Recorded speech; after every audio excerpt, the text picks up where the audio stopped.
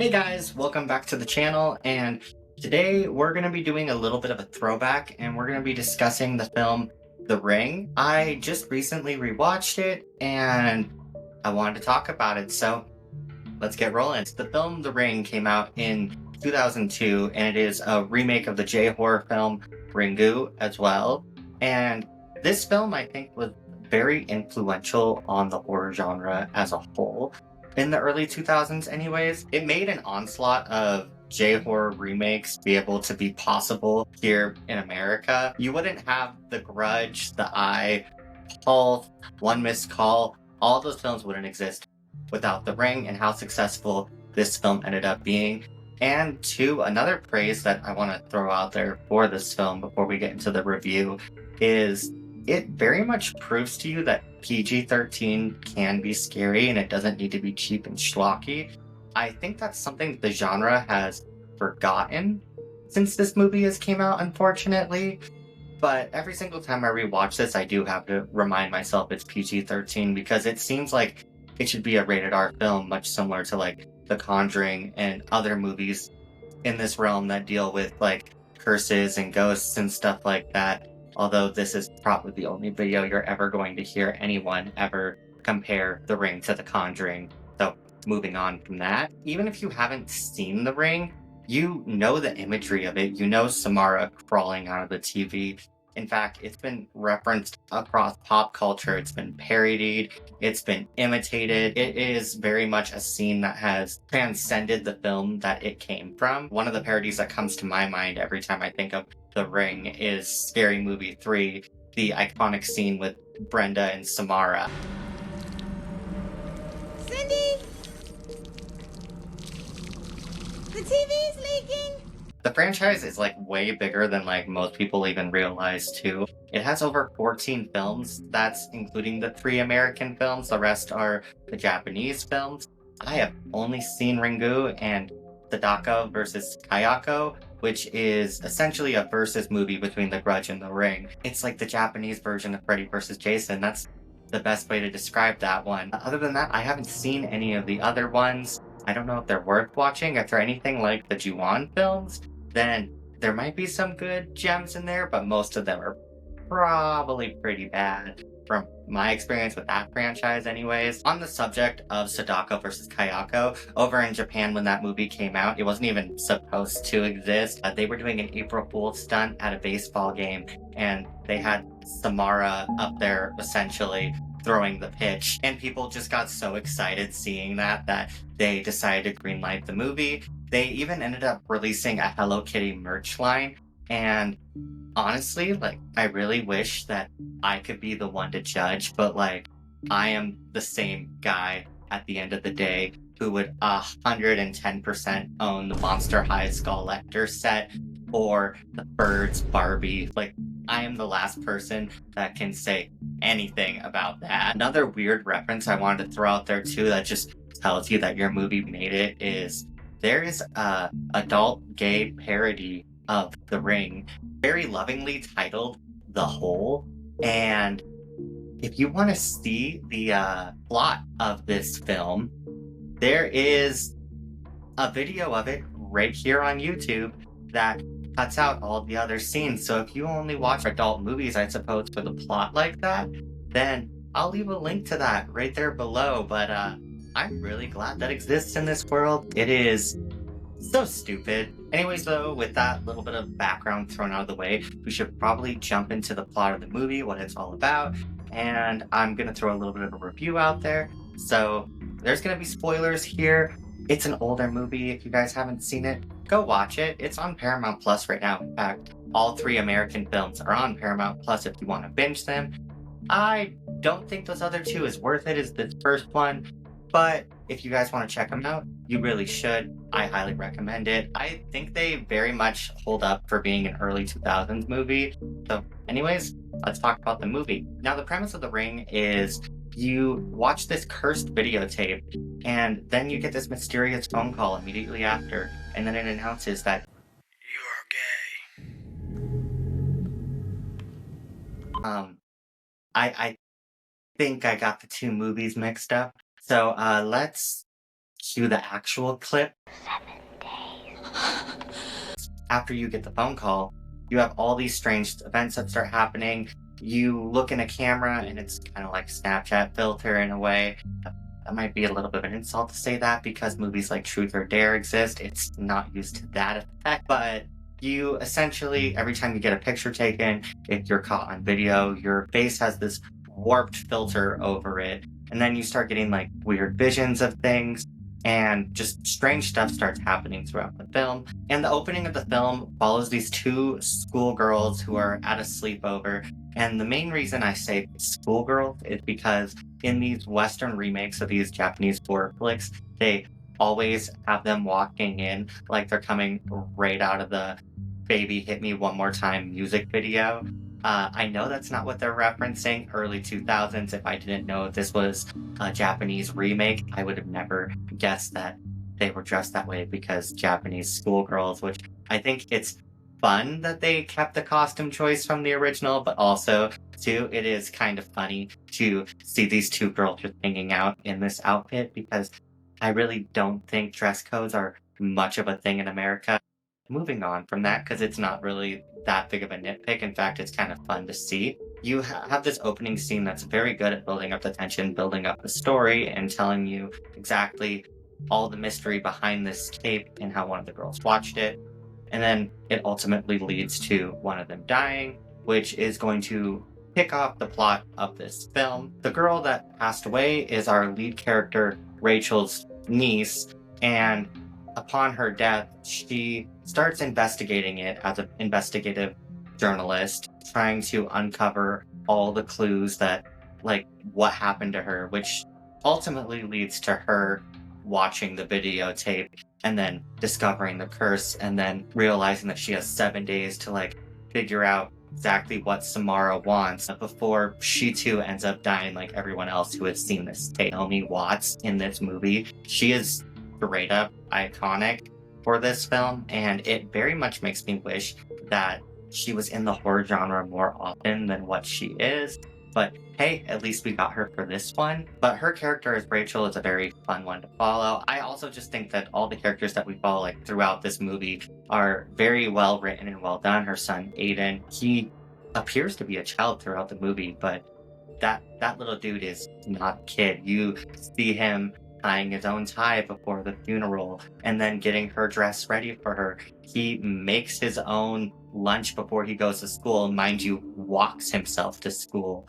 And then on top of it too, he reads his babysitter bedtime stories before he goes to bed. But between those two, you also have a dynamic with Noah, who throughout the film, it's very well done. They trickle in all these little things about Noah's and Rachel's relationship, and they come across as being very strained. You kind of wonder at the beginning, like, oh, were they together at one point? And then, like, it trickled in the information that, like, yes, they were, and that not only were they together at one point, but he is also Aiden's father, but he doesn't really want to grow up, so he doesn't want to take on the fathering role. And I very much like how they delve into the story and not spoon feed you the information about it. I think it just makes their characters more interesting and more complex. You don't even hate Noah, even though those are some bad choices that he's made. You can tell that he's a good guy. He just needs to grow up. Another thing to point out too that I very much enjoyed in this film is as they're uncovering the story of Samara and like what's going on with her, we, the viewers, are also in the same position as the lead characters in this film. We too are like seeing Samara and like finding out all this information with everyone else. We are just as far behind on what's going on as they're like investigating like all these weird happenings that have been going on surrounding this strange videotape. And as the film goes on, we start to sympathize with Samara as we see this awful childhood that she's gone through. They don't go into full details in this movie. That happens in one of the sequels. But you get to a point where you start empathizing with Samara eventually, and you start wondering, like, oh, was she just a child that was murdered, like, senselessly by her mother? And as the film uncovers more and more, you eventually realize, like, no, she is not. Like, she is just the embodiment of evil. There's nothing more to her. Like, case sealed, slam the gavel. Guilty. Backtracking on what I was saying a little bit earlier, though, about this movie doing PG-13 horror, right? The kills in this movie are a lot of fun. There isn't a whole lot that you see, but one of the standouts for me that I always think about when thinking of this movie, and I'm not going to get to the main one because you guys already know what that is. So, like, hold your horses for just a brief second, and that is a god awful pun that I did not mean to do. One of the scenes in this film that comes to my mind when I think about it is there is a scene of Rachel on a boat and she goes to talk to this horse, and I don't know why she keeps messing with it when it's obviously like not fucking with her at all. Like, the horse is telling her to go and she just keeps still sitting there like, oh, nice horse, like, oh, no, I won't hurt you, as it's like very much freaking out. I mean, at that point, I feel like my like social anxiety, I would be like walking away being like, I don't want anybody yelling at me. Anyways, this horse ends up escaping from the trailer that it is locked in, and it ends up like throwing itself right off the end of the boat, and you watch it thrashing around in the water for a minute before eventually it goes under the boat, and then you just see the water just get filled with red. And it's very eerie imagery that gets seared into the back of your brain. Then you have another death in the film, Samara's father. That one caught me off guard on this rewatch I just did because I forgot all about it. I don't know how, because that death got dark like really quick and seemingly out of nowhere too. But Rachel is at the house and she watches this videotape that's Samara in this asylum talking about how she likes to hurt people essentially, and she just doesn't want to stop. And then she insinuates that her father hurt her or something, and she starts freaking out on Samara's father, and he doesn't want to hear any of that, and he starts like walking upstairs, and he wraps all these cords around himself and ends up going into the bathtub. And I think you guys can get what I'm throwing down, what happened there. I want YouTube to still love me, please. Shortly after this scene, though, you have both Rachel and Noah leaving the island after doing all their investigating, and they go back to the cabin and they end up uncovering Samara's well that she was trapped in. It was hidden underneath the floorboards, and I cracked up a little bit during this scene because the way Naomi Watts falls down the well, she looks like a rag doll, and my gut tells me if you fell down a well the way that she did, you probably are not coming back from that. But when she gets down there, she thinks that she stopped the curse by freeing Samara's soul, and everything's okay. It's a happy ending for the movie. Wrong. We're leading to the most iconic scene in the film now, because earlier in the movie, she showed Noah the tape. Rachel thinks that they stopped the curse because she was supposed to die that evening from watching the tape. And then the next day, Noah was supposed to die because she showed him the tape, but her time came and went. But upon talking to her son, Aiden, she ends up discovering that because she made a copy of the tape and showed it to Noah, she was continuing the curse, and that's exactly what Samara wanted. She wasn't trying to get freedom. She wasn't trying to put an end to her ghostly existence. She wants the curse to continue. So letting Noah see the film and making a copy, all it did was continue the curse. It didn't put an end to it. It just saved her own ass by the end of the film. And this leads to one of the most iconic scenes where you have Samara crawling out of the TV. I think the effects for this scene have aged perfectly well. I love how uncanny she looks in the real world, as her whole body is like all staticky and glitchy.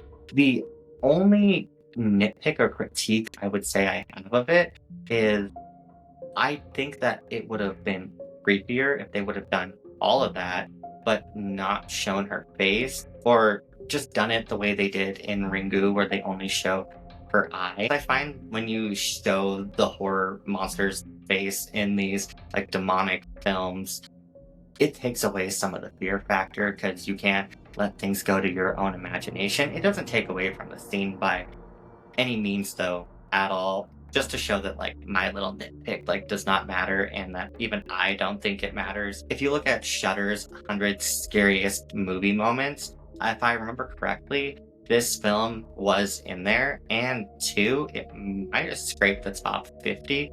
Don't quote me on that though. So, as I was editing this video, I discovered that apparently The Ring is not on that Shudder list. It was on the Bravo list for scariest horror movie moments, but what beat out The Ring was Ringu, and I think the scene in The Ring is way scarier than it is in Ringu, but that might also be my bias because I saw this before I ever saw Ringu, and there is like a little bit of a cultural barrier for me between the two, so that could very well just be on me, but it's kind of disappointing that scene isn't in there because, I mean, I've already said it enough times. That scene is so iconic. After Noah ends up ultimately dying, Rachel realizes that she needs to have her son Aiden make a copy of the tape and show somebody else so that he doesn't succumb to the curse as well and that he can escape it. And the movie ends with them making a copy and then the static rolls on the screen. Overall, though, I think this movie has aged incredibly well.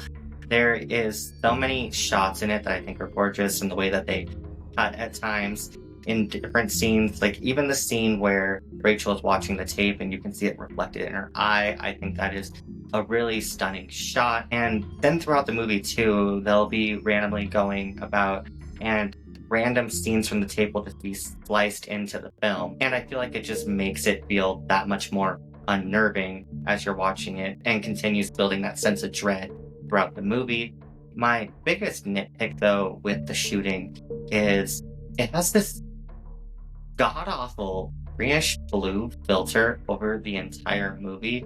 And as I was looking for clips for this video, I found a clip where somebody here on YouTube recolorized the scene of Samara coming out of the TV.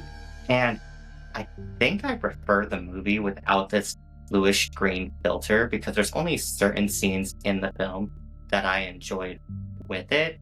And the scenes that don't have that strong filter over everything, I found taken aback by, oh, this doesn't look kind of ugly now. But that's probably my biggest nitpick with this film is that filter. But I think that's a product of the times because even if you look at that first Saw movie, it has that same filter on it. So I'm not going to give it too much crap for that.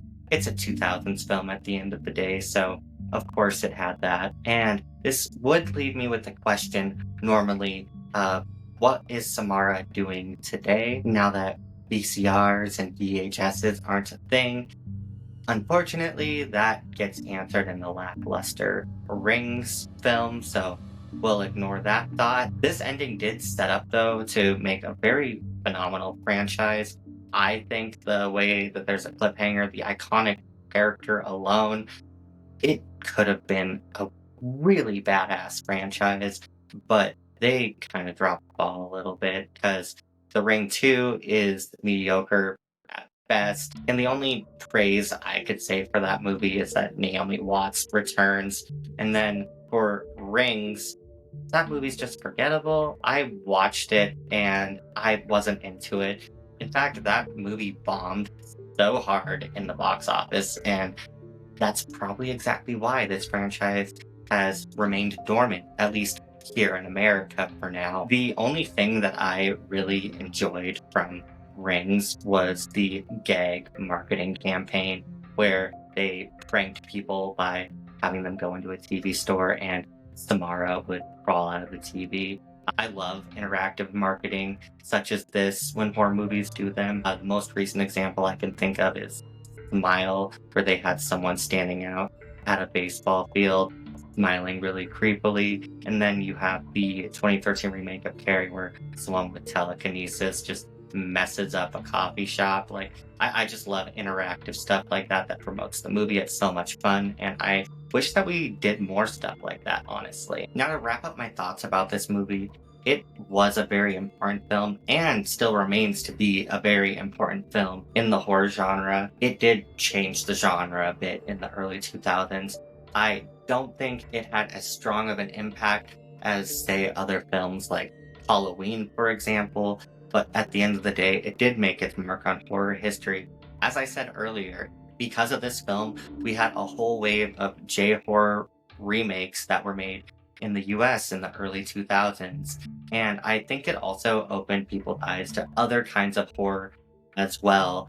And it personally opened my eyes to so much different kinds of horror because I don't think I ever would have discovered the Ju-on franchise without The Ring, because without The Ring, you don't got The Grudge. And I love the Ju-on movies. I've seen every single one of them, varying quality, but I've seen every single one of them. And without The Ring, I don't know if I ever would have seen any of those movies. So I'm forever grateful that this movie exists. But, anyways, you guys should let me know what you think of The Ring. Like, leave a comment down below. Like, say what you liked about it or what you disliked about it. And what you guys thought of my opinion on the film. Like, I love to hear any and all feedback, and I love the conversation. And two, if you guys have any requests for future videos that you want me to do, future movies or TV shows that you want me to cover, that too, leave that in the comments. And if you liked this video, like, subscribe. I would love to have you guys back on the channel. I try to post weekly, so I'm gonna try to stay on top of that. But anyways, this has been Justice, and I'll see you on that that phone ringing in the other room. Yes? You're gay. I already know that.